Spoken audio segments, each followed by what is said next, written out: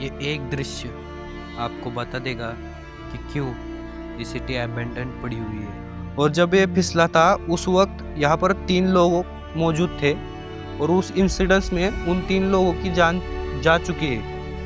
ये बंगलोज, ये विलाज आप देख रहे हो, ये सब उन चंद लोगों की लाइफ सेविंग्स है जो आप आज बर्बाद होते देख सकते हो। ये ऐसे के ऐसे ही खंडर पड़े हुए हैं और ना ही इनमें कोई रहता है और ना ही ये अब किसी के काम आते हैं। तो ये वो पूरा पूरा ब्लॉक हो चुका है।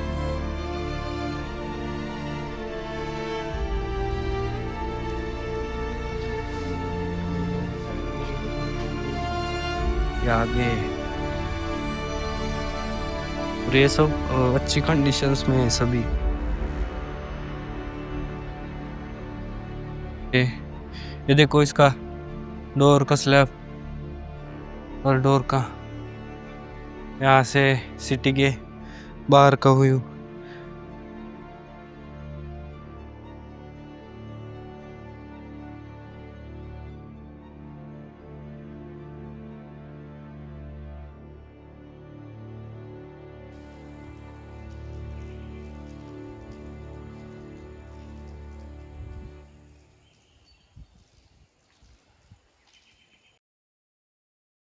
आज मैं खड़ा हूँ एक ऐसे सिटी में जिसका सपना पूरे इंडिया ने देखा था। एक ऐसा सपना जिसमें वर्ल्ड क्लास स्टैंडर्ड्स हो, स्मार्टनेस हो और सबसे ज़्यादा एडवांस फैसिलिटीज़ हो।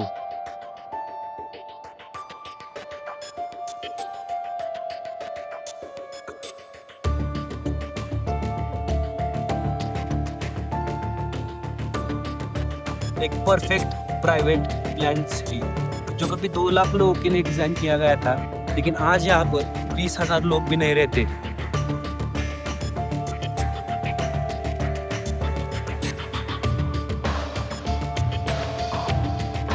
दिल्ली के पोर्टोफिनो जैसा नाम था लवासा। लवासा लवासा लवासा to लवासा।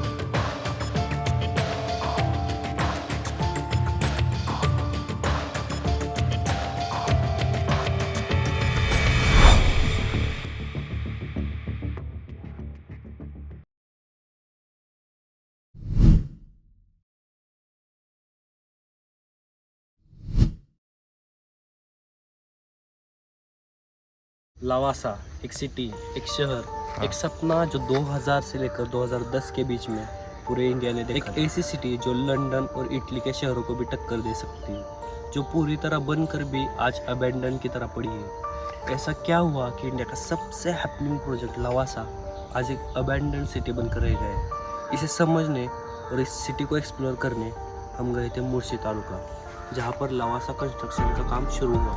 अब वहाँ पर पहुँचते वक्त पहले ही बहुत बारिश हो रही थी और रास्ते पूरे बादलों से घिरे हुए थे, लेकिन फिर भी हम किसी तरह सिटी के अंदर एंटर करते हैं और एंटर करते ही हमें एक बड़ी अबैंडन बिल्डिंग दिखाई दी। क्यूरियोसिटी से उसे एक्सप्लोर करने हम अंदर चले गए। अंदर हर कोने में सन्नाटा था, बहुत ही सुनसान जगह थी और वाइब तो मानो जैसे पूरे खंडर वाली आ रही थी। वाइब तो पूरी खंडर वाले आ रही है। और जब हम यहाँ पर शूट कर रहे हैं तो यहाँ पर आपको 2 बातें समझना बेहद ज़रूरी है।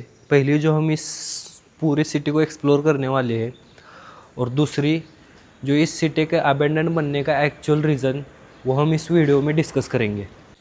अभी फ़िलहाल तो हम इस पूरे बिल्डिंग को एक्सप्लोर करते हैं और अभी के लिए हमारा गोल ये है कि हम इस बिल्डिंग के किसी तरह इस बिल्डिंग के टॉप पर पहुँच सके, जहाँ से हमें इस पूरे सिटी का व्यू मिले और वहाँ से हमें पता चलेगा कि हमें कहाँ जाना है और क्या क्या चीज़ें एक्सप्लोर करनी है। शायद हम इस बिल्डिंग के टॉप पर पहुँच चुके हैं, दिख रहा है वो। अभी तो हम इस बिल्डिंग के टॉप पर पहुँच चुके हैं और यहाँ से हमें इस पूरे सिटी का व्यू मिल रहा है, जहाँ पर एक कोर्ट्स यानी कि लेंस है जो बंगलोज और विलाज के प्लॉट वो हमें दर्शाते हैं, और जो एक कन्वेंशन सेंटर्स हो या फिर यूनिवर्सिटीज़ हो, वो सब हम अब एक्सप्लोर करने वाले हैं। जो सुनी बातें अनसुनी बातें हैं इस सिटी के बारे में, जो भी हमने आज तक मैंने जो आर्टिकल्स में पढ़ा है, जो वीडियोस में देखा है, वो सब सच है या नहीं है, वो अब हम इस वीडियो में आगे देखते हैं। उसके बाद वहाँ पर बहुत सारी बिल्डिंग्स अबैंडन पड़ी थी और हम एक और बिल्डिंग के पास पहुँच गए जो उससे भी बुरे हालात में थी।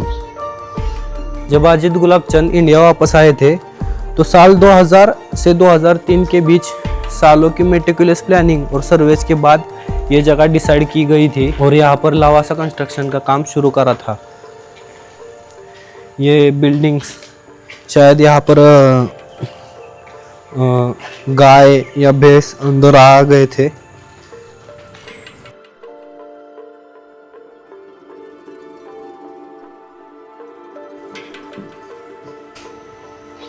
पूरी बिल्डिंग ही अंडर कंस्ट्रक्टेड थी और हमें डर भी काफ़ी लग रहा था क्योंकि बहुत ही अंधेरा था और हम खुद एक अजीब सी बेचैनी महसूस कर रहे थे।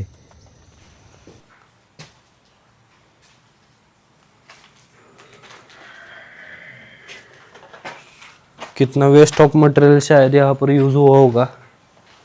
जो ये पूरी की पूरी बिल्डिंग ही खंडर की तरह पड़ी हुई है। ये देखो इसका डोर का स्लैब और डोर का यहाँ से सिटी के बाहर का व्यू।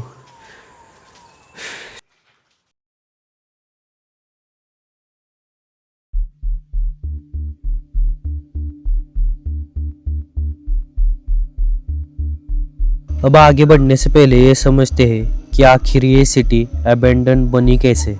वेस्टर्न घाट्स यानी कि सह्याद्री माउंटेन रेंज जो यूनेस्को प्रोटेक्टेड नेचुरल जोन के अंदर आता है और इसी वजह से यहाँ पर कंस्ट्रक्शन करने के लिए बहुत सारी परमिशंस लेना ज़रूरी होता है। लेकिन लावासा ने कंस्ट्रक्शन शुरू होने से पहले परमिट्स लेना ज़रूरी नहीं समझा था।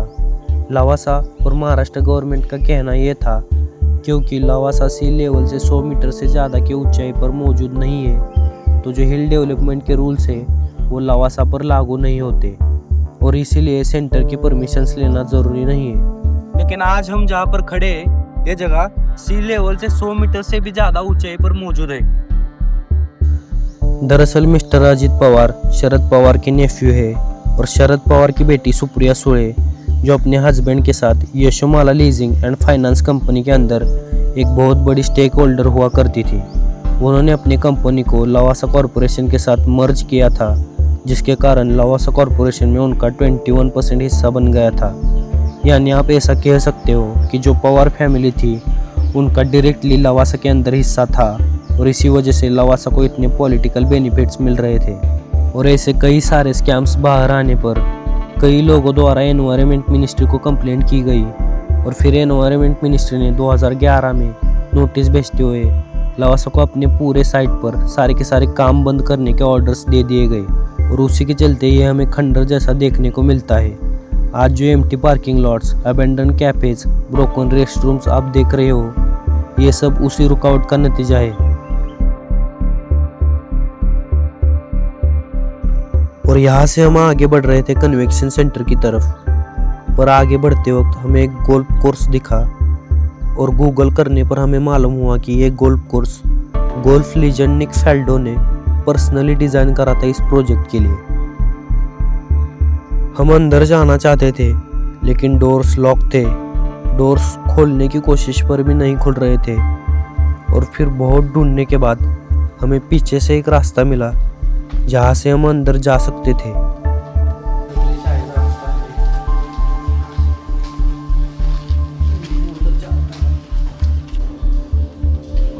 ये डोर पे नहीं खुला, कोशिश तो की और नहीं खुला। इधर इधर इधर से दिखा, इधर से दिखा मैंने से। ये देखो अंदर एक पूरा की पूरा गोल्फ कोर्स के लिए, इंडोर गोल्फ के लिए जगह पड़ा हुआ है। और यहाँ पर जो है ना, यहाँ पर बहुत सारे बैग्स पड़े हुए हैं। इनके अंदर को शायद मैट्रेस है या कुछ तो है, हमने खोल के नहीं देखा।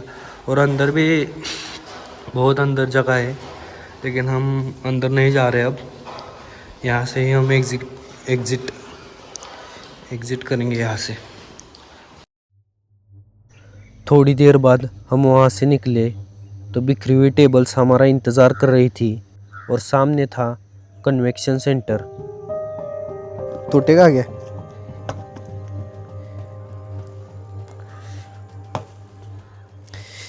ओके, आप देख सकते हो कि एक सिटी जो फ्यूचरिस्टिक होने वाली थी, आज उसका कोई फ्यूचर ही नहीं है।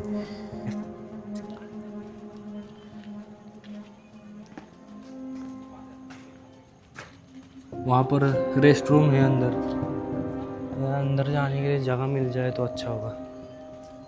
उसके अंदर जाने की जगह ढूंढ ही रहे थे कि हमें एक ऐसा रूम मिल गया जिसे देखकर आप खुद शॉक हो जाएंगे।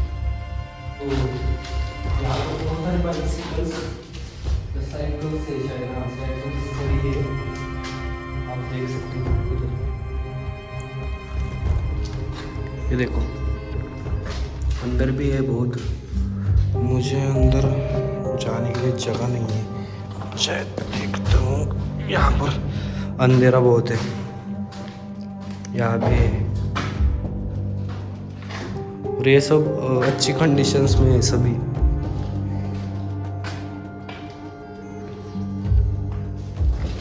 ये विलाज आप देख रहे हो, ये सब उन चंद लोगों की लाइफ सेविंग्स है जो आप आज बर्बाद होते देख सकते हो। ये ऐसे के ऐसे ही खंडर पड़े हुए हैं और ना ही इनमें कोई रहता है और ना ही ये अब किसी के काम आते हैं। ये इस घर का मेन एंट्रेंस है, जहाँ पर देख सकते हो आप ताला लगा हुआ है।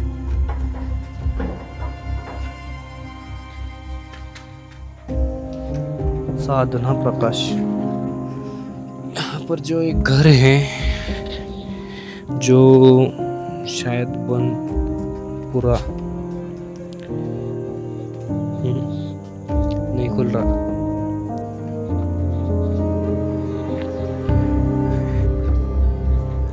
ये भी एक ऐसा ही अबैंडन्ड बंगलो है, लेकिन यहाँ पर हम अंदर जाके देख सकते हैं कि नीचे से कैसा व्यू आ रहा है इन बंगलोज का।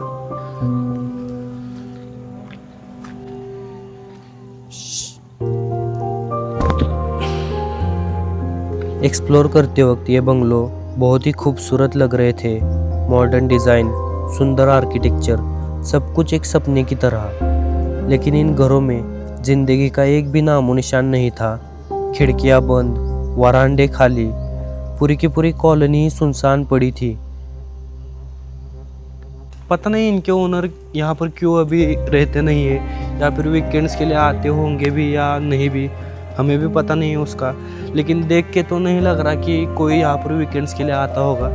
मैंने पीछे की साइड से भी देखा, लेकिन अंदर वैसा तो नहीं है कोई आ रहा है। और ये दोनों जो बंगलोज थे, उन्हीं में बाहर से जो लॉक लगे थे ना, वो जंग खा चुके हैं।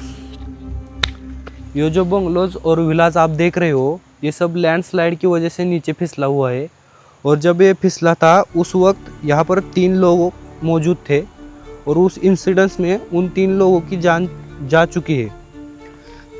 और जो ये रास्ता था जो ऊपर उन बंगलोज के लिए जाने के लिए यही रास्ता था, वो ब्लॉक हो चुका है।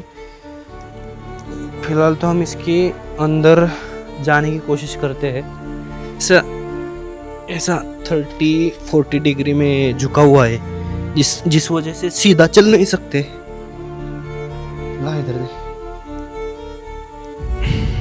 30-40 डिग्री पे होगा शायद डिक्लाइन, इसलिए हम सीधे चल नहीं पा रहे हैं यहाँ पर। जो इस अब 90 डिग्री देखते हैं ना, ये ऐसा डिक्लाइन 30 डिग्री शायद होगा। सीधा चलना यहाँ पर मुश्किल है। और ऐसे एक बंगलो नहीं है जो लैंडस्लाइड की चपेट में आए, 2-3 और है, यहाँ से दिखेंगे। इधर आओ, ये जो देख रहे हो ना, ये भी लैंडस्लाइड की वजह से नीचे फिसले हुए हैं और रास्ता जो है वो पूरा ब्लॉक हो चुका है।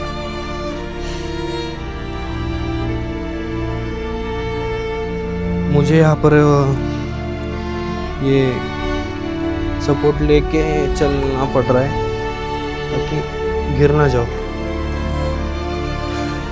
अब यहाँ से हम आगे बहुत सारी जगहों पे गए जहाँ पर ऐसी बिल्डिंग्स और बंगलोज अबैंडन पड़े थे। ये सब हिल डेवलपमेंट अथॉरिटी और गवर्नमेंट के रूल्स को ना मानने का नतीजा है, जिस वजह से ये खूबसूरत सिटी आज हमें अबैंडन की तरह पड़ी हुई मिलती है।